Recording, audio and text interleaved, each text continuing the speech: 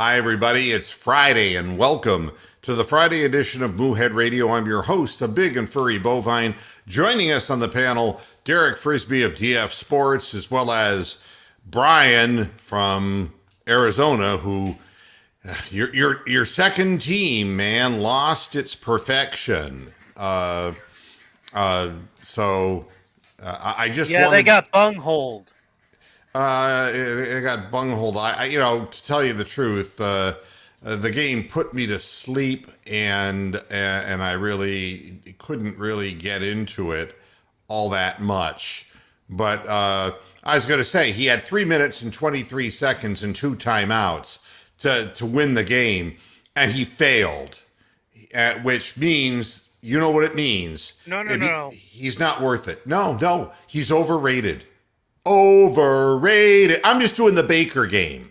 All right. I'm playing the Baker game with Kyler Murray. That's all. Okay. Okay. I mean, obviously, that's not the way I think. But I'm saying, I was gonna say, if the AJ world, Green, if he would have just cut that out, could have been a touchdown. yeah, but in the end, he threw an interception in the end zone. That's failure. I'm just playing the Baker game. And while we're playing the Baker game, we want to start out the program with the news, of course, that Baker Mayfield will be playing and starting on Sunday. And Brian has something that he wants to say about this. Every asshole in the organization responsible for this decision should be charged with criminal fucking negligence. Because the Steelers are going to do their dead level best to knock him out for not only the season, but possibly end his career. All right. So your feeling is under no circumstances should Baker Mayfield play. Yes. Correct. Derek? I was not really surprised that they cleared him just because the clips we've seen in practice.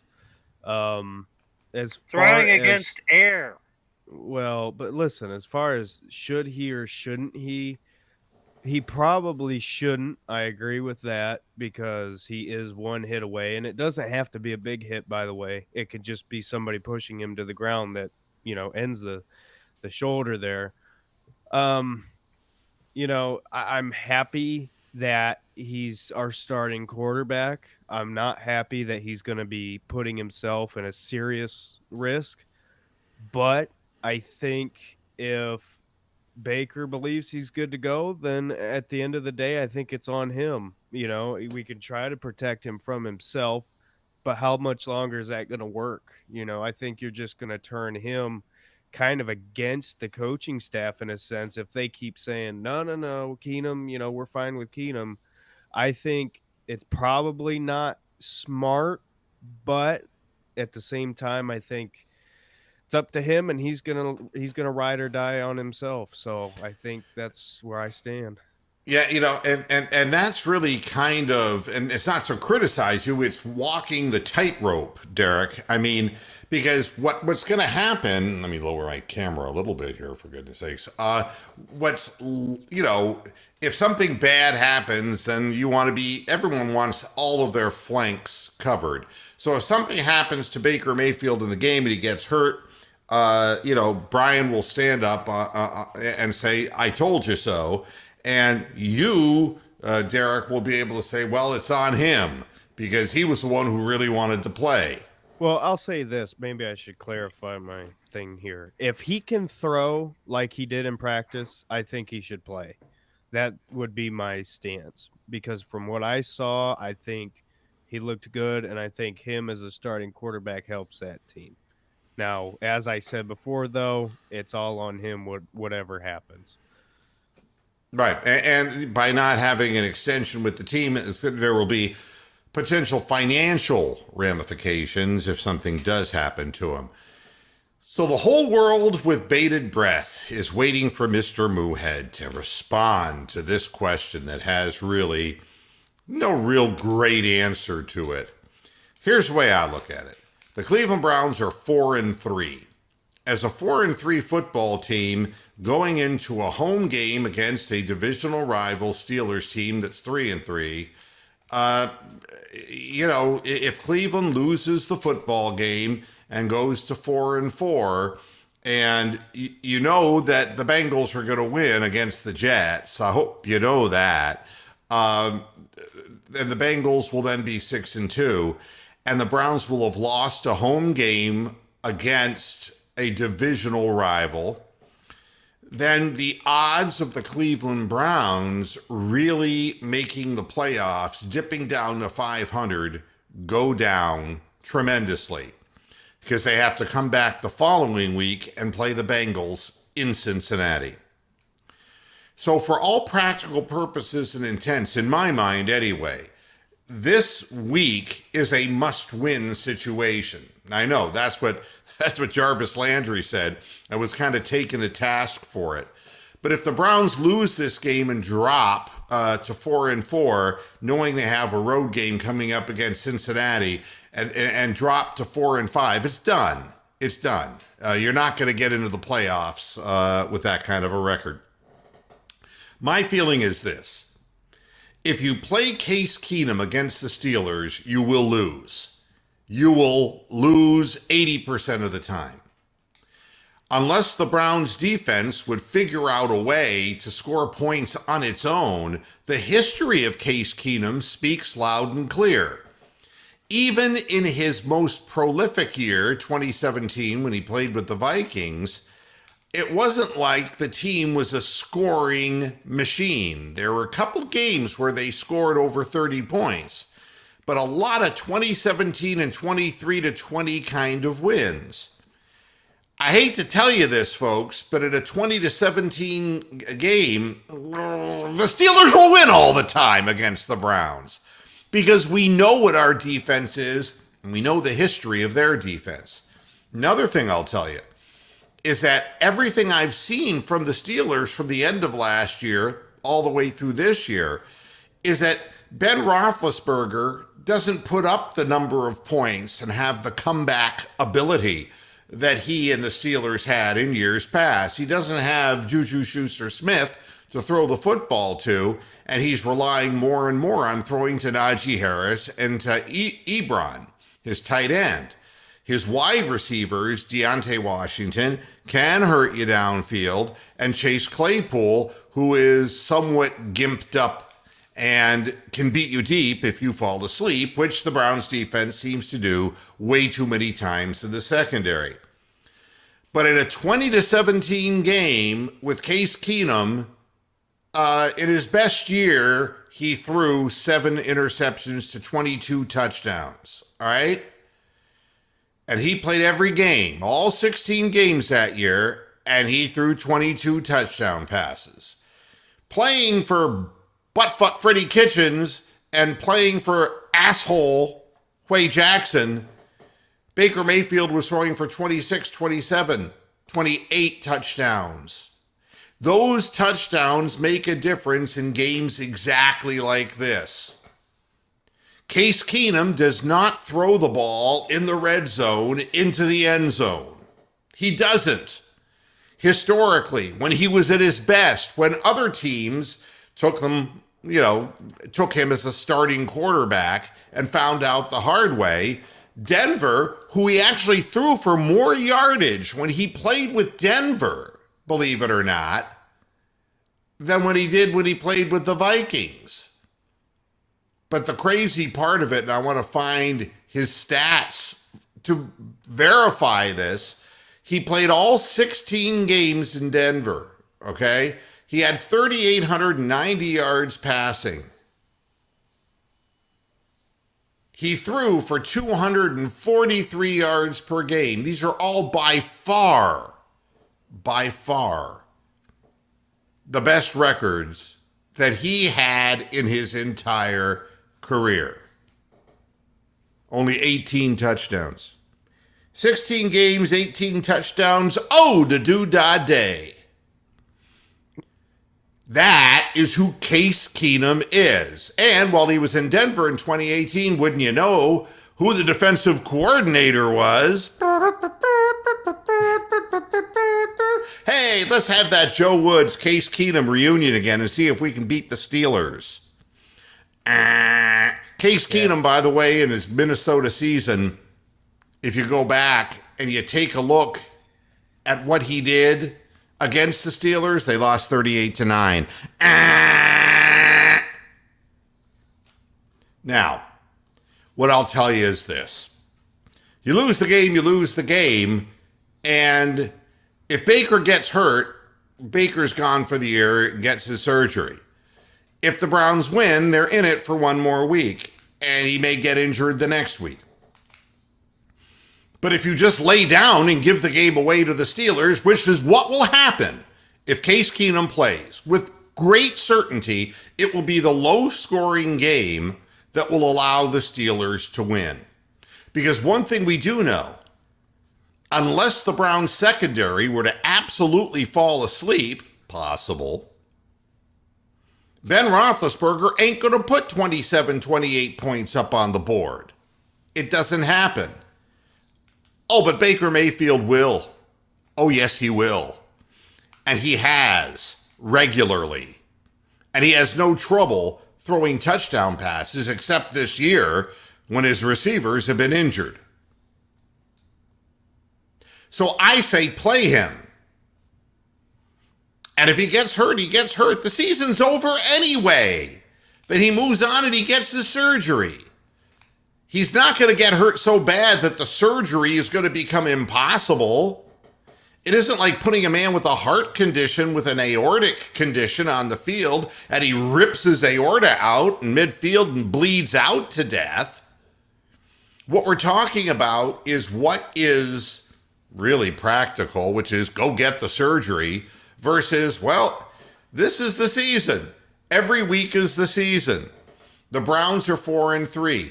That the hard part about saying the Browns are 4-3 is that if we had any kind of defense whatsoever, we'd be 5-2 or 6-1. Now, wouldn't we?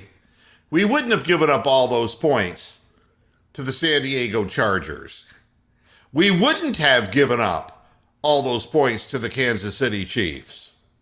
We wouldn't have been in a position where we are always at the end of the game trying to get our shit together because the defense keeps giving up the score that puts us behind. The offense keeps taking the ball back, getting us the lead, and the defense goes back on the field and gives up the lead again.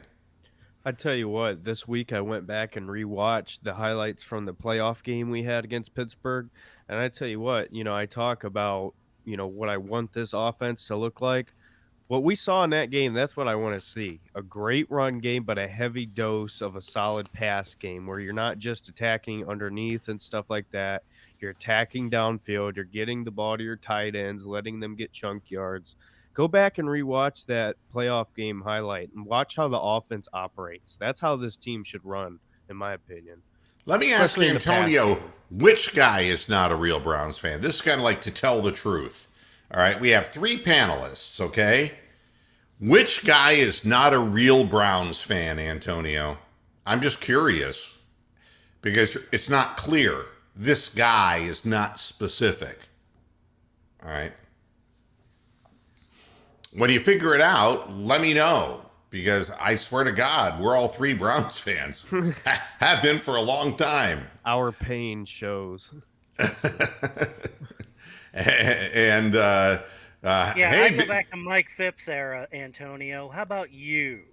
Yeah, I mean, I don't know who he's talking about. Hey, how you doing, Mark?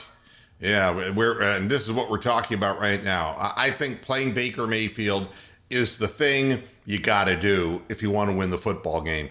If you go 5-3, you can go into Cincinnati and tie Cincinnati with an upset victory. Nothing is impossible. Cincinnati may have well played its best game of the year against the Ravens. They may wake up and find themselves in another part of the world, in a strange automobile. No, not going that route again. And again, it takes one injury. And with Burrow's history and that offensive line, even though they have held up pretty solid this year so far, it takes one time. I will tell you, with Case Keenum starting against the Steelers win the game 20-13. Do we win any division games with Case Keenum starting? Because I really don't know. At this point, well, I would have thought so when the season began, but not now. No. The pass rush. No, the pass rushes are going to be hard on him. But remember, we've got our top 5 offensive linemen playing in the game to protect Baker Mayfield and to utilize our league leading running game. We also have the number 2 run defense in the league. Now, that may take a hit if Clowney doesn't play, because realistically, Clowney's presence has helped, as has Malik McDowell. And we haven't been giving up yardage on the ground. Pittsburgh has to get yardage on the ground and needs to throw to their running back. What's going to hurt the Browns is the absence of JOK in a game like this, who can get into the backfield and stop some of those things and string some of those plays out wide. All right. And actually tackles people. Yeah, right. Greedy Williams will be starting in place of Denzel Ward, who is perpetually hurt. And, my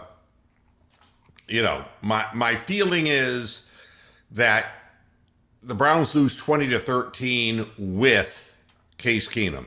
And they can't afford to give up the ghost this early in the year. But if Baker Mayfield goes out and we lose to the Steelers anyway, or if he gets hurt, then I can guarantee you that he's going to get his season-ending surgery, and you'll see what happens to the season when Case Keenum takes over. We got Tony. You with us, Tony? Nah. All right. So what do you think? Do you think that Baker should be playing? I don't know. I'm torn because if the Browns really want to salvage a winnable season, a season where they'll go above, 500, you need Baker Mayfield. If you want to make the playoffs, you need Baker Mayfield. But at the same time, you better hope Wills and Conklin don't get hurt. Especially Sunday, because if they miss a snap Sunday, TJ Watt's going to have him dead in the fucking water. Well, but the thing is that they have played their offensive line, and these guys have been out. And if they get hurt, it will just be part of the pattern of the year. I mean, in the end, you're not going to win without your offensive line. That's a given. And it doesn't matter who quarterbacks the team. If you don't have, you saw the drop off when James Hudson III, played. There's going to be a substantial drop off. And I tell you what, I think the Browns really lucked into finding Blake Hance. I think every snap he's had so far this year in big time moments, I think he's played really very well, especially given the guys he's replaced. Left tackle, right tackle. They're just kind of throwing him out there as the Band-Aid, and he's holding up. Yeah, you notice that old Tito Puente here, go out and play the bongos. Yeah, not a real Browns fan. Cut and run, Antonio. I think he's played well, but at the same time, these guys being hurt is most likely the reason Baker Mayfield's in the position that he's in, where he's having to play through a broken collarbone, or torn, labrum and shoulder fractures. So I mean, it's kind of catch-22 situation there. All right, and Tony Graber, are you overly sensitive to stop hating on my Browns? What are you, like the new version of the woke football fan? I thought that said Corey. What the hell? I thought that said Tony Grossi. I was like, what the fuck is he doing in this chat? I only wish I would treat him like Tiger Woods on a fucking driving range. Hey, speaking of Grossi, did you see what he did this week? No. He was shrank even more. He was talking about, he meant to say Cam Hayward, and he said Casey Hayward, and people corrected him on it. And then in his tweet saying he meant to say Cam Hayward, and he still typed it out wrong again. So he can't even do a a clarification second tweet, right? Well, that's nothing compared to Chris Berman. Chris Berman should have stayed retired. And he throws, it's intercepted by Razul Butler. That's like, Jesus. it's like he played for the Heat. He played for the Miami Heat, Chris. It's like, hello. It's like it's a poor guy. I mean, it's like, no, try again. It's a different Razul, you know? Oh my God. And go ahead, Bronk. You want to show your Jackie Stewart biography book. This means so much. And it's signed. Oh, it's signed? Brian was trying to make P the big man over there, saying, "Oh yeah, I've done this, I've done that," and that's No, you said you met Nikki Lauda, and yes. it's like, well, and so you have said I. you have too. And Yeah. I'm just upping At the the Phoenix antes. Grand Prix. It was fucking awesome.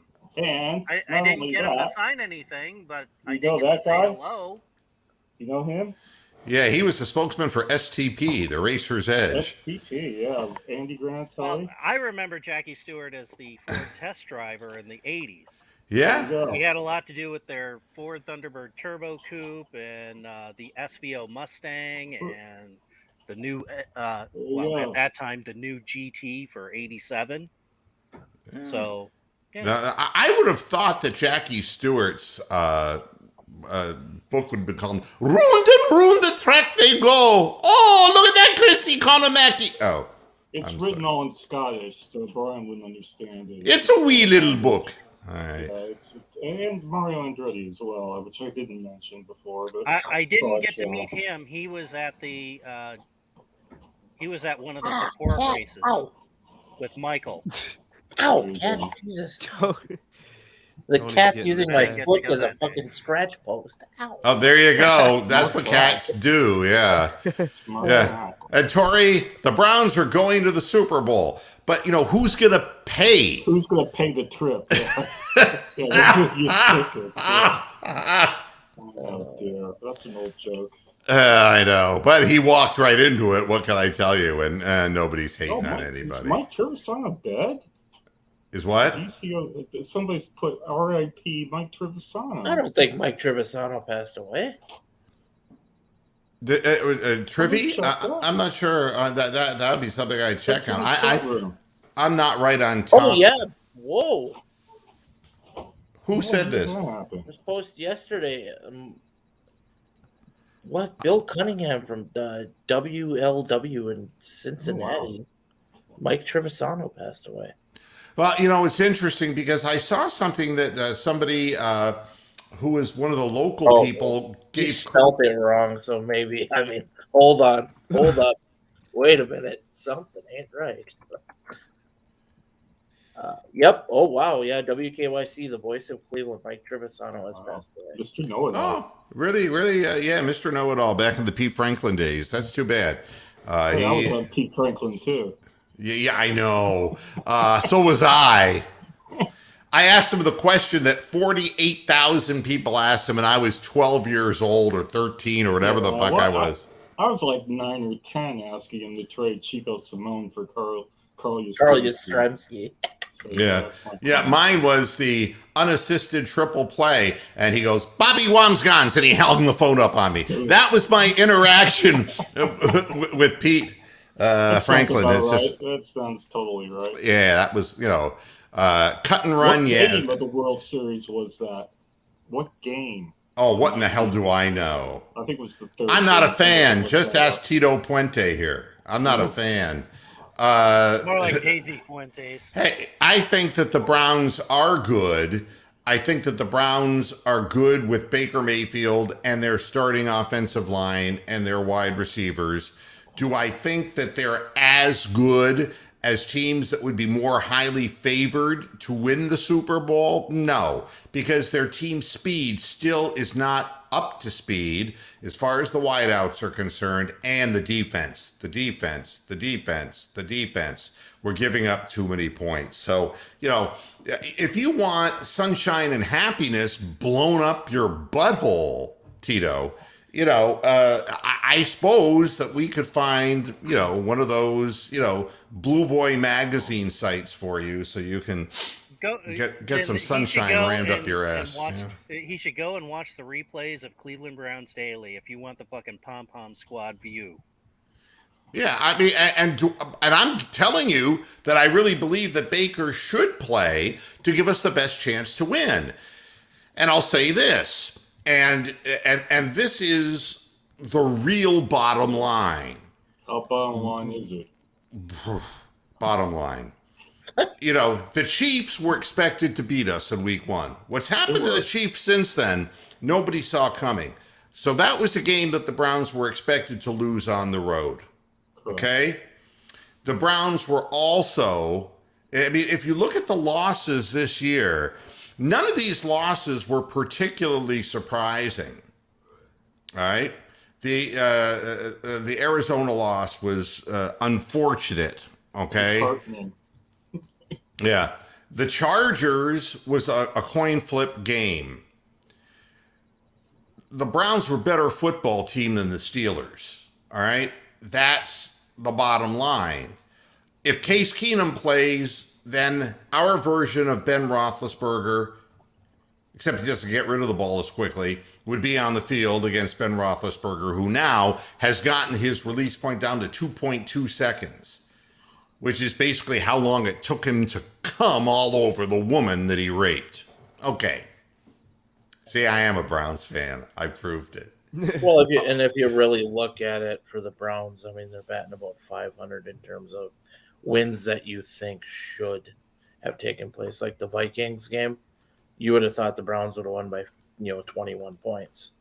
They only won by 7, and you know what I mean, that kind of thing. So it's kind of. Yeah. So yeah, Trivy Yeah, gone. everybody's dead. You didn't even show the Black Cow of Death. No, I'm not going to. I'm not going. Why? No, I'm bringing in the white cow of hope, the white marshmallow of hope. Yeah. There he is. There he is. We're holding him up. He's a shaman. He makes all good things happen. Well, I'll tell you what. If Baker gets hurt and injured in this game, I'm going to blame you for not showing the Black Cow of Death. And if I show him and he gets hurt, you're going to blame me for showing the black cow of death. Exactly. Nah, we're not going there. It's always No. It's your fault, Mr. Moon. So, but we're a better football team than the Steelers are. We have a better running game than the Steelers do. We have a better offensive line than the Steelers do. Baker Mayfield at this time is a better quarterback than Ben Roethlisberger is. They do not have Juju Schuster-Smith. And their wide receivers are weaker than in years past. But the one thing they do know how to do is throw a defense at you and hit you. Yeah. If you do not score points, you're going to have problems. I mean, if you don't run up some points, you get them to fall behind, and there is no comeback ability in this team. There really is not. They're not built to do anything but slowly trudge the ball down the field, run the ball, take time off the clock, and beat you with the defense that they have. Right. And that is the reason why you have to play Baker Mayfield, because you need points. There are going to be other games, like in the last game we played against the Broncos, you got away with a classic Case Keenum 200 or 199 yard, 17-point effort, and you won the game. You won't win that game against the Steelers. It just won't happen. You got to put up more points. And if you can get them down early and wear out that defense, remember, the Steelers' defense is giving up approximately, I believe, 112 rushing yards per game. They're not a great run defense. They're better against the pass and putting pressure on the quarterback, yes. But they're not really a big stop-the-run team. Is the Chubbster playing? Chubb's playing, yes. Okay. Yep, you got Chubb and Dearness Johnson. That's your 1-2 punch.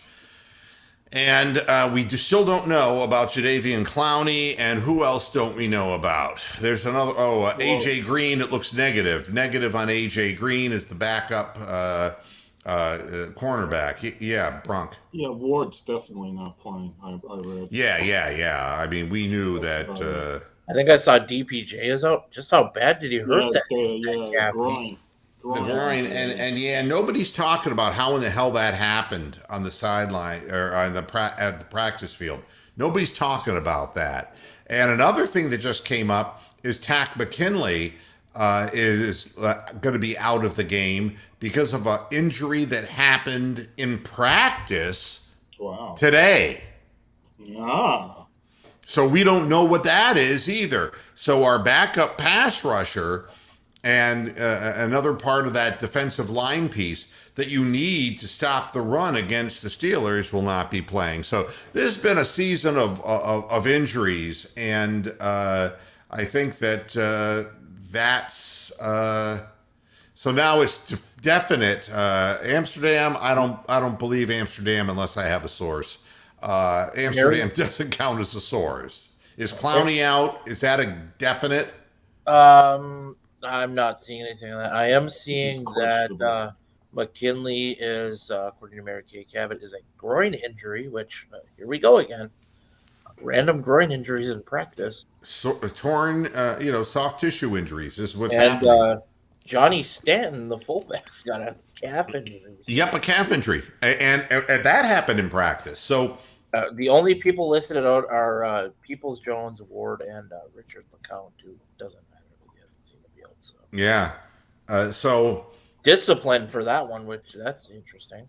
Yeah, my what did he do? And according to Amsterdam, I'll put this up, that 92.3, the fan said that Clowney is out. So that's a big loss.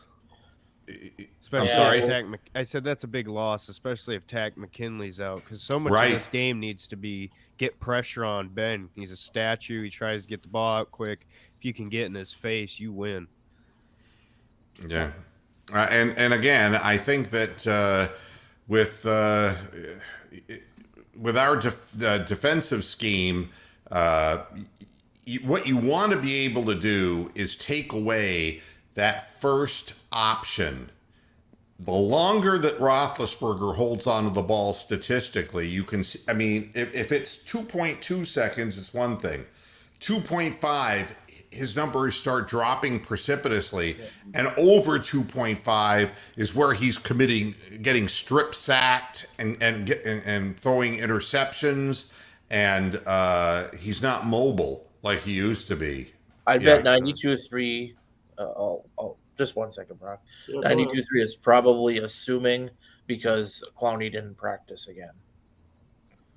And generally, if they don't practice, they don't play. Yeah. Yeah, and go ahead, Bronk. Well, if we're going to stop the Pittsburgh passing game, don't you think we need to press coverage so that there's nobody open for those 2 seconds that Ben Roethlisberger has to look down? I mean, if they give him an 8-yard cushion, he's going to throw passes to Claypool the entire game. And that's we don't right. want to see that, do we? I mean, that's fucking obvious. You know that. I know that. DF Sports know that. And maybe even Brian knows that. So there you go. Yeah, I couldn't agree more. I couldn't agree more because, like you said, and it's not just playing man. It's something that we've said on this show week after week with Joe Woods. Our guys are best in man coverage, pressed up. So in this game, especially if you're going to have your other defensive ends out, you're going to need to have time to get pressure. You're not going to have the luxury that we've had. Well, so the thing Joe is, Woods, if he's smart, he'll do that. To throw the ball down the field takes more than 2.2 seconds. I mean, the situation here is that the longer Ben's in the pocket with the football, the more bad things that can happen to the Steelers. And any turnovers that the Browns were able to get against the Pittsburgh offense is going to be devastating to a team that has as much trouble sticking it into the end zone as the Steelers do. That anything that shortens the field, anything that contributes to quick scores, and you saw that in spades last year in the playoff game. They came out thinking, the Browns are going to wilt, seeing Big Ben at quarterback. It's not Mason Rudolph. It's Big Ben, for God's sakes. It's in Pittsburgh. And the Browns will just, their testicles will shrink. And what ended up happening, the first snap of the game, Ben didn't even go down on the ground for the ball, waited for his running back to fall on it, who didn't, and the Browns recover. And then from there, just the floodwaters broke through and all those years of frustration. And the Steelers couldn't come back. They're just not built. Did, though. They nearly did come back. That score was like 48 to 37. So, yeah. I mean, Steelers really fans did come back. Man, they think they're stuck. They're stuck in 2008. They think they still got Bell and AB. I mean, I've seen Steelers fans on Twitter saying that they can still finish first in the North, and it's like I don't know Really? what. I Wow. really wonder how you can think this way, because even as Browns fans, we get caught up in some of the hype sometimes, but I feel like we're always like, no, we got to kind of wait and see. For whatever reason, man, with Steelers fans, it's like we could have the worst team out there and we're still going to win the Super Bowl to them. Don't make sense.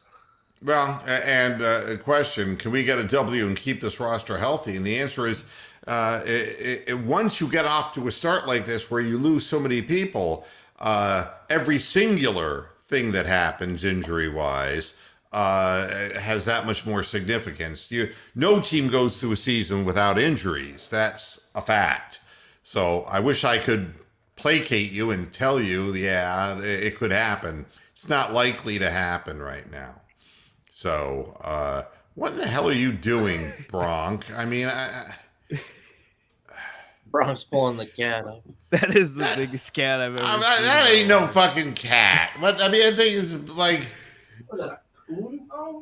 has that cat ever heard of Slim Fast? Come on. That's Fat Albert's brother right there. Look at that. How much does that cat weigh? 14 Weighs stone.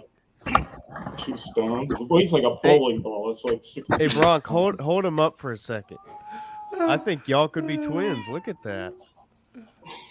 Y'all look identical. They say pets take on the characteristics of their owners. Do you know that Rox's cat, it's amazing. Rox's cat is 9.7 pounds. And here's Tony the calf with his cat. This cat is just grateful that Tony hasn't eaten it yet. Yeah. I know, right? I'm pulling the hold on. Ow! Ow! That's it. Their tail's coming off tonight. Goddamn.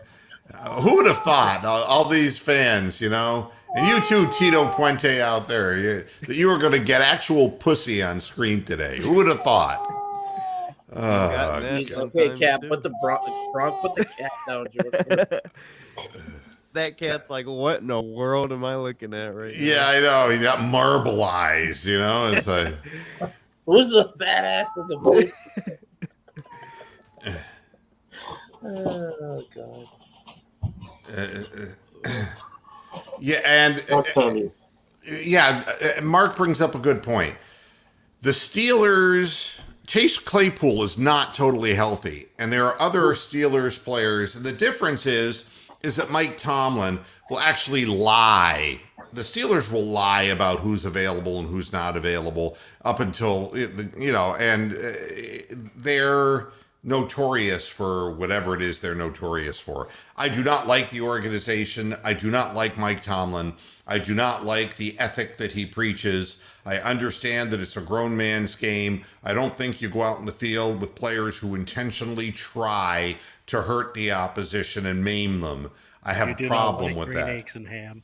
Yeah, I have a real problem with that. But it is entirely possible. And Roethlisberger himself is one hit away. I mean, if the Browns were to blitz the way JOK blitzed the one time and just smacked, if Ronnie Harrison blitzed blindside and hit Ben Roethlisberger when he was unprepared for a hit, not only would he lose the ball, but they would carry him off the field.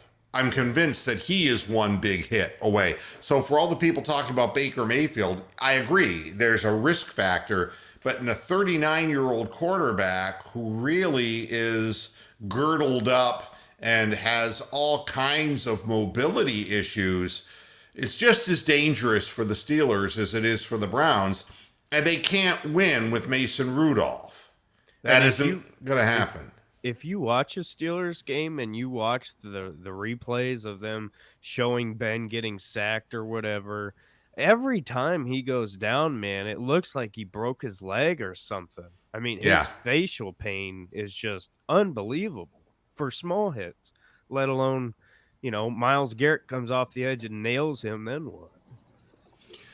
Yeah, the other thing is what we have are the picks around, the journalists are all picking this as like a 2017, 17, 13 kind of football game. Most are saying that the Browns are going to win the game, but I don't like that score. If that's what the score is going to be, the Steelers will win the football game. I don't like the notion of playing a low-scoring game with the defense that we have, having to hold a team over and over again in order to grind out the victory. It was hard enough to do it against the Broncos, and honestly, the Broncos are a lost team right now. Absolutely. Their soul is wandering somewhere in the high mountain ranges of outside of Denver. It's and then Rudy G. Funk is always gonna remind us that there's always, yes, there is always the zebras who can come to the face. That profile picture, it's hilarious because you can just see it on his face, the disappointment in that word refs. Well, I mean, there is a belief that he needs to open up the offense and take shots down the field. But what I'm telling you is that the Steelers have a stronger secondary than they do a defensive line. Just saying. I saw Melvin Ingram once out of Pittsburgh. Well, I think a lot of people probably want out of Pittsburgh because, once Ben Roethlisberger's gone. When he's gone, they become the Mason Rudolph team. They become the Dwayne Haskins team, and nobody's going to want to be part of that. That's just the reality of things. I mean, Steelers fans were talking him up and saying, haha, you guys signed Clowney. At least we got a guy who's proven. It's like, well, whatever you say. I mean, Clowney's been hurt, but they were saying that Melvin Ingram was proven. Oh, well,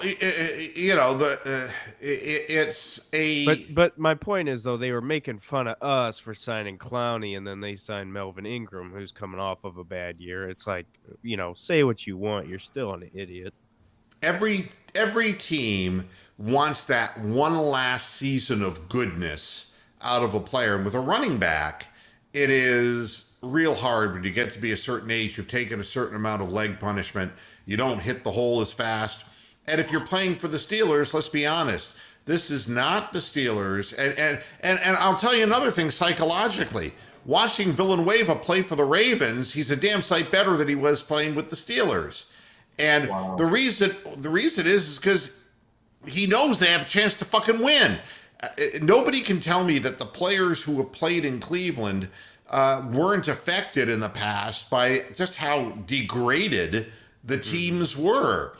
And getting out of a situation like that and going to an opportunity to win can spark one more good year or two more good years out of a player who was really kind of looking shot. Villanueva was looking shot for the Steelers, but not for the Ravens. So it's the difference between having the opportunity to win versus I'm just going to play for money.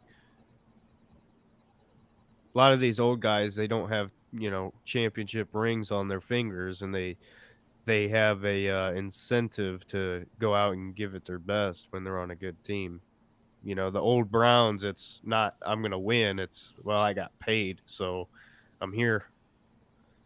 Yeah, and I don't understand. Clowney still playing. What is up with the Watt family? one of them's out for the year, Oh. going shoulder injury. I don't know what Mark is getting at here. He's saying that people were upset about not getting J.J. Watt and criticizing when we got Clowney, and he's saying, the injury bug strikes again with the Watts. Yeah, and Clowney, not the greatest pass rusher, but boy, against the run, really solid. And it's really helped us because our run defense, which has been an Achilles heel of this team for so long. And his sack numbers have gone up drastically from the last time he played a significant amount of time. Yeah. But again, I look at this as we're a better team. If we have Jarvis even hurt, Odell even hurt, there's timing with Landry, with OBJ. I don't know what there is, but he's a decoy at the very least.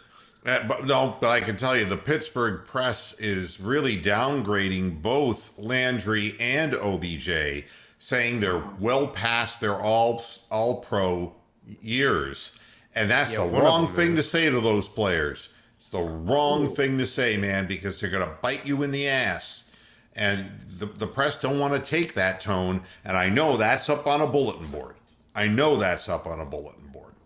And granted, Mike Tomlin cannot stop the press in Pittsburgh from writing things. But football players playing the dangerous game that they play every week will use whatever they have to get themselves psyched up in order to perform. We're going to be right. Go ahead. How many taunting penalties do you think you'll see this game? If Landry catches a lot of passes, you're going to see a few. Yeah. And I don't want to see that because they will immediately flag everything the Browns do. Yeah. They will do that. Yeah, Bronk. Well, I think after the backlash of that university taunting penalty where that kid got, I forget what Big 8 school or out west school it was, but I think the NFL has seen the backlash on these taunting penalties, and they're going to keep it to an absolute minimum, I think, on Sunday. But they're not going to let the game get out of hand. I mean, if somebody wants to start a riot, and they're going to throw penalties then, but is it going to be a riot? Probably not. No Janovich, no Stanton, no woman, no cry. But we got 3 tight ends. So, I mean, that will kind of take care of itself as far as schematically how we run the football. It's going to be great to have both our right and left side anchored by the tackles who are supposed to be there. And that's going to give the Steelers something to think about. Yeah, Bronk. Yeah, we also got Nick Harris back at center. So the Browns got rid of one of their... Oh, is Nick back now? Yeah, he's back too. So you got somebody. Well, I'm not saying that Hans wasn't decent, but you got another decent piece on the sidelines in case somebody does get hurt in this game. So talking about the tackles, I think I either read it or I heard it somewhere that Jack Conklin going up against T.J. Watt has not given up any sacks. It was either sacks or pressures, one of the two. So Sacks. Yeah, I mean, look at the games last year. I mean, we stuffed them. Yeah, the Rudy is saying, Baker's pocket presence seems to be waning. I think that he can't hold on to the ball now. He can't be a hero that way. I mean, because you do that, you're going to get crushed. So he's got to go, and the Browns have to get their first reads open as well, just like the Steelers. Yeah, Bronk. Yeah, my comment about Baker playing, I mean, I tend to agree with Brian in the sense that if it is against medical advice for him to be playing, then he absolutely should not be playing. If a responsible doctor has cleared him to play, saying that, right, there's a risk that you could get seriously injured, blah, blah, blah, there's a risk anybody can get seriously injured. If the doctor has actually cleared him for play, then I'm okay with him playing. But it's a fucking risk. It is a serious risk. Well, allegedly that's what happened. But, is it a doctor that is gonna take Baker's side towards it. You don't really know those things from our standpoint. Obviously not. We're never going to know that. Yeah. So we'll know it in his autobiography, 20 years from now, hopefully, when Baker writes his book. Oh, and to circle back to J.J. Watt, he actually had 4 separate injuries, including a torn bicep that he finished the game with. And then as they went through their practices and really checked him out, that's when they decided to shut him down and tell him, no, you need to go have surgery to fix all of these goddamn things. TJ better hope he doesn't have his brother's injury issues. Well, the Bosa brothers are always hurt all the time, too. Yeah. So, Well, I mean, look, they're playing a game where on the line you get rolled over, man. I mean, your leg goes under the pile and you're going to get all kinds of damage. It's a dangerous game. I don't say lightly that Baker Mayfield, and everybody knows my stance about football in general and about the dangers of playing the game, and I wrestle with it. But what you're looking at now is a situation where you're at a juncture in the season, almost, after this week, almost be the halfway point. And one team in your division that people were saying, oh, you're going to win both games against the Bengals. Maybe not. That's right.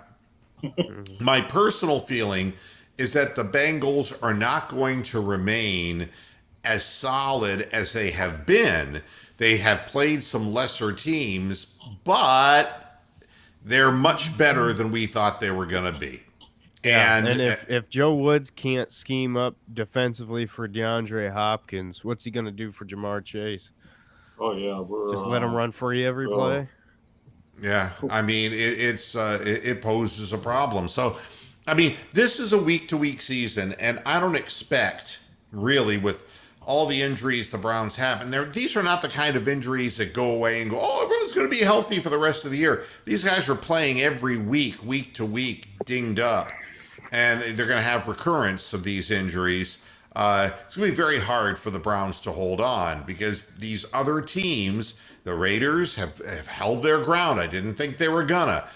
But there they are at 5-2, and we have the Chargers who are playing good football. We got the Bengals playing good football. We knew the Ravens would be good, and the Bills, we knew they would be good. So there, and the Chiefs are waning, and we never thought that was going to happen. But this is going to be a week-to-week league. Yeah, Bronk. Yeah, I think even Tennessee's come back from the dead too. They're the game here. They're not showing the Steelers Browns on the Sky TV here. They're showing Tennessee and the Colts, I believe. Yeah, and the Colts really. I've saw national picks picking that game close. I don't see that game as close at all. But the thing about Tennessee is, Vrabel preaches defense, and we know that they have been putting more points on the board than we're accustomed to seeing. This is a long season, and if you take these little snapshots, you're going to get the wrong idea about some of these teams. And I'm not going to get on this. And Bob Schuster, how do I join? Oh, very good. The join the live discussion, Bob. Go to the description of the show up on YouTube. Just watch, look, and there's a link there. And the link will tell you where you're going. It'll say panelists, and then a link. Just click on that link and you'll be beamed right in. But remember, you got to have a microphone, and you really should have headset because if you don't, it might distort some of your sound. But we'd love to have you in here. So that would be nice. But to me, the Browns are a better football team, and we need to make some chunk plays. Whether it's our running game that does it, whether it's breaking tackles yards after catch, we need chunk plays because you've got to get the Steelers down by 2 possessions. If you get them down by 2 possessions, it takes them so long to get down the field the way they're set up. And Matt Kennedy's offense, which is a misdirection offense, has not been fully adopted by the Pittsburgh Steelers at this point. Consequently, it takes them a long time to get down the field. The average pass is a shorter pass. And the more often you can get Ben off the field, a couple of chunk plays can bury a team like that, you know. So with that, let's predict. Derek, we'll start with you. What is the final score of this game going to be? I think it's going to be 28 to 17. I got the Browns to win. I think it is going to be a little bit of a low scoring battle here, just because I think offenses might struggle. I think we just got to see what Baker does, how open, I guess you could say, he is as far as playing. So hopefully we win. I'll be watching the game with a bunch of Steelers fans, so I'd prefer to be the one to get to rub it in their face and not vice versa. And Brian? I'm going to predict a first quarter exit for Mayfield. So I got the Steelers winning 30-17. All right. Tony? And see, I don't have it close at all. I think the Browns defense, I think they get to Ben Roethlisberger, and I think they get to him often. And I think Baker stays in the game long enough to where it's completely out of hand by halftime. I'm gonna go with 34-10 Browns. I think Newsom's going to have a pick, by the way. I'm going to put that down as my guarantee of the game. I think Greg Newsome has at least one pick.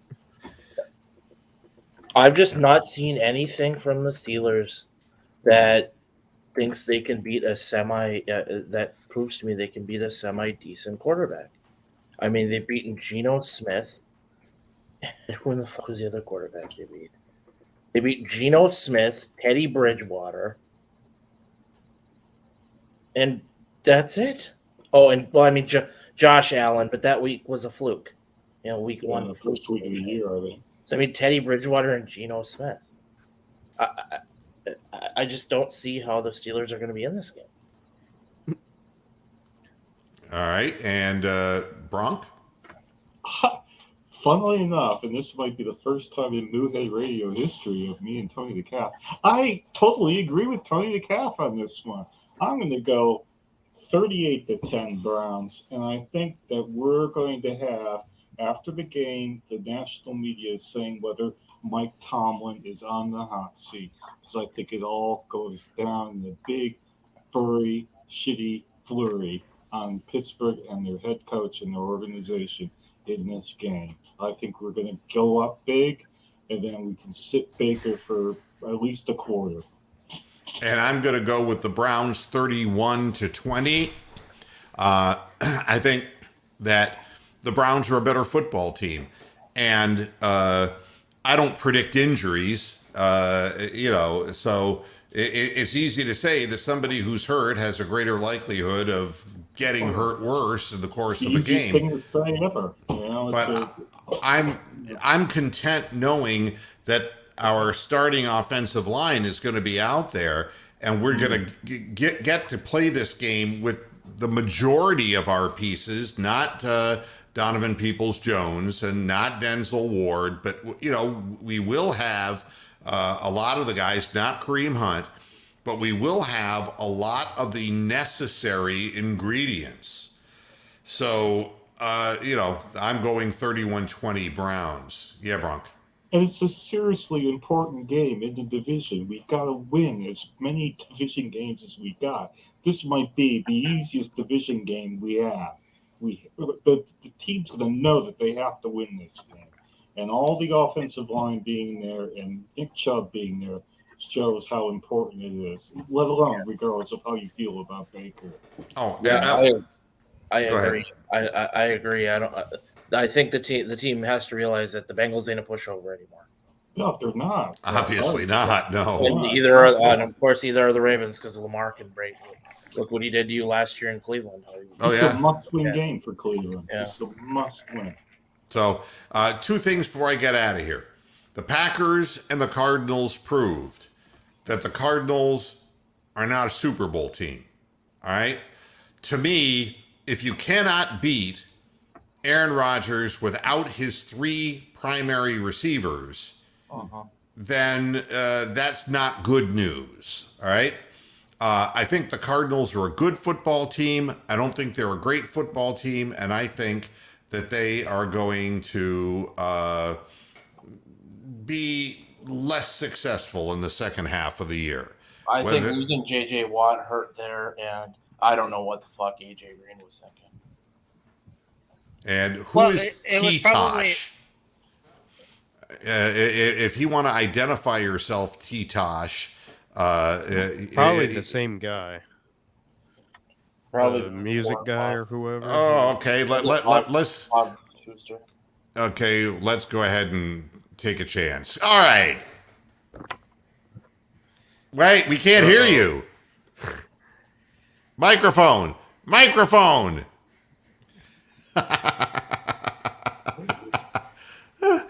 He's scrambling, man. 1, 2. Yeah, baby. Oh yeah. All right, live from the West Coast. All right, where are you at, man? Burbank, California. Oh my gosh, at Hollywood heaven, man. Yeah, I want to tell you about the Brownsbacker Club as they meet in Hollywood. There's some really energetic people out here. Yeah, I was gonna say, do they all wear masks there? They do all kinds of crazy shit. Yeah, there's some. Yeah, and at the COVID masks, of course, when you walk in. But they got. Yeah, I was gonna say for Halloween, the kids, if they're trick or treating, have to wear 2 masks. Yeah, they all look like plastic surgeons. So, what do we call you, T-Tosh? What do we call you on the air? I don't know. Whatever you want. T-Tosh is fine. Am I the only one who thinks Baker should not play?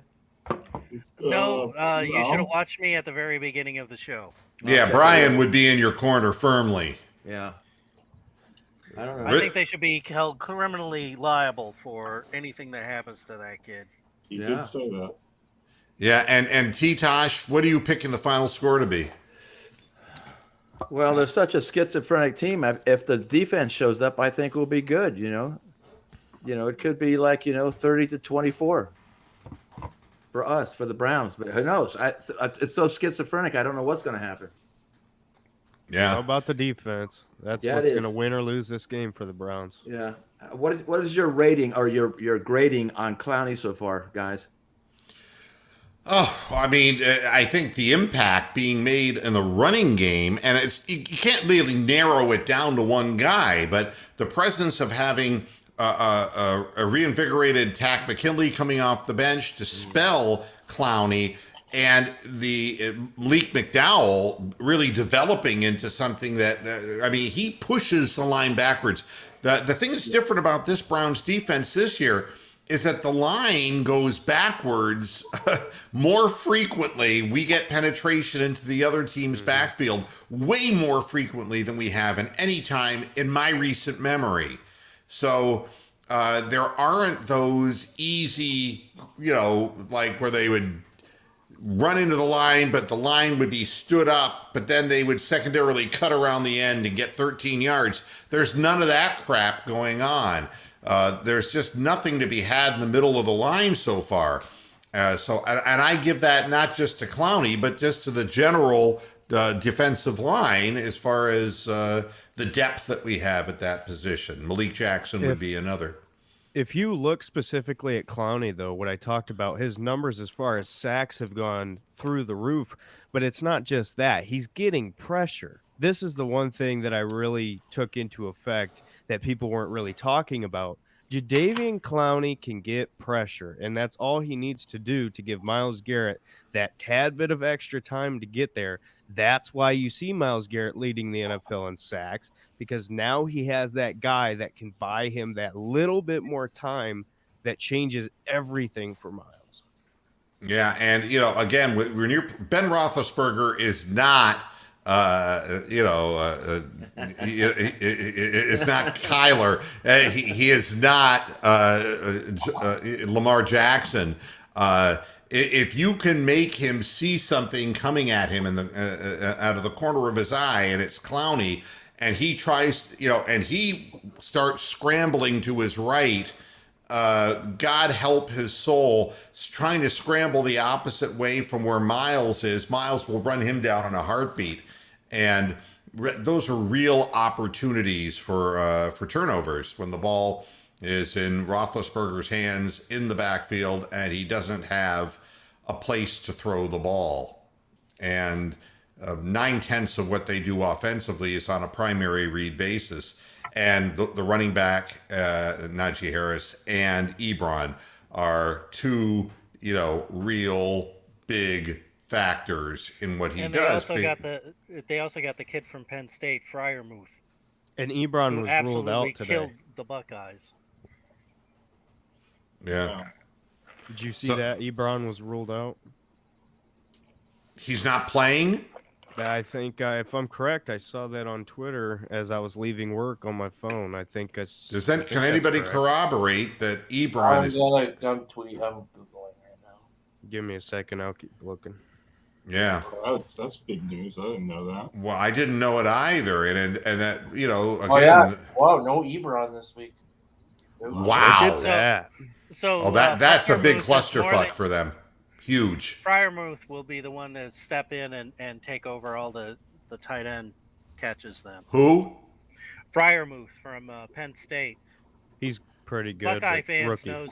know all about him because he killed the Buckeyes for like 3 years. Oh yeah, big white kid. Okay, yeah.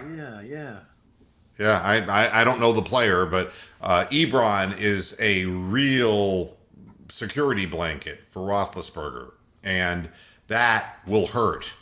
That will hurt the Steelers, just like us losing Jarvis Landry really hurt Baker Mayfield, really hurt him. That's a security blanket, a guy that if you throw the ball and he's in coverage, he's going to catch it. You can feel confident he's going to hold on to the pass. The same thing is true of Ebron. He's a guy who's a big target, and he's a bigger body than the guy who's covering him. So it's an interesting thing. One other thing I want to say before I get out of here. I love this headline. Atlanta Hawks star Trae Young speaks out on new rules and is frustrated that the referees in the NBA are not calling enough fouls. Well, you know something, Trae? The bottom line is this. When you're a slight little guy in the NBA, you got to hit the weight room.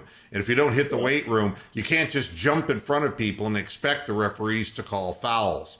All of these things are, and it's still not the reason why you lost to the Cleveland Cavaliers, for goodness sakes. You're looking pretty good, Well, it starts out this way, and it has before. It's the grind of the season. It's 82 games. Yeah, Bronk. Yeah, here's a question for you and Tony DeCalf, who actually watch NBA basketball. Should I be concerned about the NBA? I mean, should I care? Is this Cleveland team worth getting? I mean, they're going to start off. They'll fizzle once the league fucking starts going. Because I don't even have access to any of the games. I can't see. I don't have that right TV channel over here to see them. So what I like about what I see with them is that Darius Garland's good point guard. I like Ricky Rubio as a backup point because it keeps a playmaker, guy who's an assist-oriented guy on the floor. And how old is he now? How old is Rubio? Rubio's like 33, 34. He's about my age. Yeah. So, and the other thing is Evan Mobley, the young kid out of USC. He's basically averaging almost a double-double, and he hasn't even scratched the surface of what he could do offensively. But what I like about him is that he's a guy who has offensive agility, but he's playing defense as a young man. And that is something that when you're 7 foot tall in the NBA, it isn't, nobody said Dirk Nowitzki was like, wow, great defensive player. But Evan Mobley is a guy who comes out of college with a reputation that he puts a real stamp on his defensive play. So the Cavaliers need to hold teams down to fewer points because they're not a great shooting team from the perimeter. Kevin Love so far has looked good off the bench, but that can change to the blink of an eye with injuries as well. So, I'll give T-Tosh the last word here before we get out of here. Hey, thank you. I've been watching you guys since I got addicted to the Browns after the Hard Knocks series. So I was, Oh, wow. and the reason I followed Baker, because I remember the look on his face when he lost the Rose Bowl. He was so pissed off. If he wasn't going to go to join any parties, it burned at him. So I think that's the same thing that's driving him now. Just one question: what's happened with Donovan People-Jones? Is he playing? No. And that is a weapon that, and he's another guy who was not a game breaker, but such a reliable receiver, and he fights for the ball, and he comes back to the quarterback to get the ball, and we don't have that. And again, Anthony Schwartz might as well be Mitchell Schwartz, as far as I'm concerned. It doesn't make a whole lot of difference how fast you are if you can't run a pattern. And so far, I think expecting anything from Anthony Schwartz is asking one thing too many. I would almost rather see Davion Davis off the practice squad than I would Anthony Schwartz at this point, because he can go up and get a ball. Even though he's shorter, he can leave his feet and go up and get it and prove that he can do that. And Schwartz is just not anything in traffic whatsoever. So say what you will. I'm hoping for a big Browns win. We're going to be with you on the halftime show and the post-game show. It's a Sunday 1:00 start. So don't miss the game. Don't miss the halftime show. Don't miss the post-game show. One last thing, Bronk. I got to get out of here. Yeah, I mean, in England and Europe, we're changing our clocks back. So if you're watching and you're not in America, everything's an hour earlier starting on Sunday. So the game starts an hour earlier, and the Moohead show starts an hour earlier. Get in. All right. Yeah. Thanks, everybody, for tuning into this edition of Moohead Radio. Hey, T-Tosh, join us anytime, Thank you. how to get the whole thing and how to get into the show. And we'd love to have new people joining us. And Quick as question, always, can I save my settings? Can I save the settings so I can just pop in next time? Is that how it works? I think it saves them. Okay, I okay, think you're sorry. good. I think you're going to be good. Absolutely. And Brian and Tony and Bronk, thanks a lot. And we'll be seeing you again on Sunday. Let's Until go. then, hasta la vista, Pastor Heads. Good night. Bye, Oh, Gabe. Browns.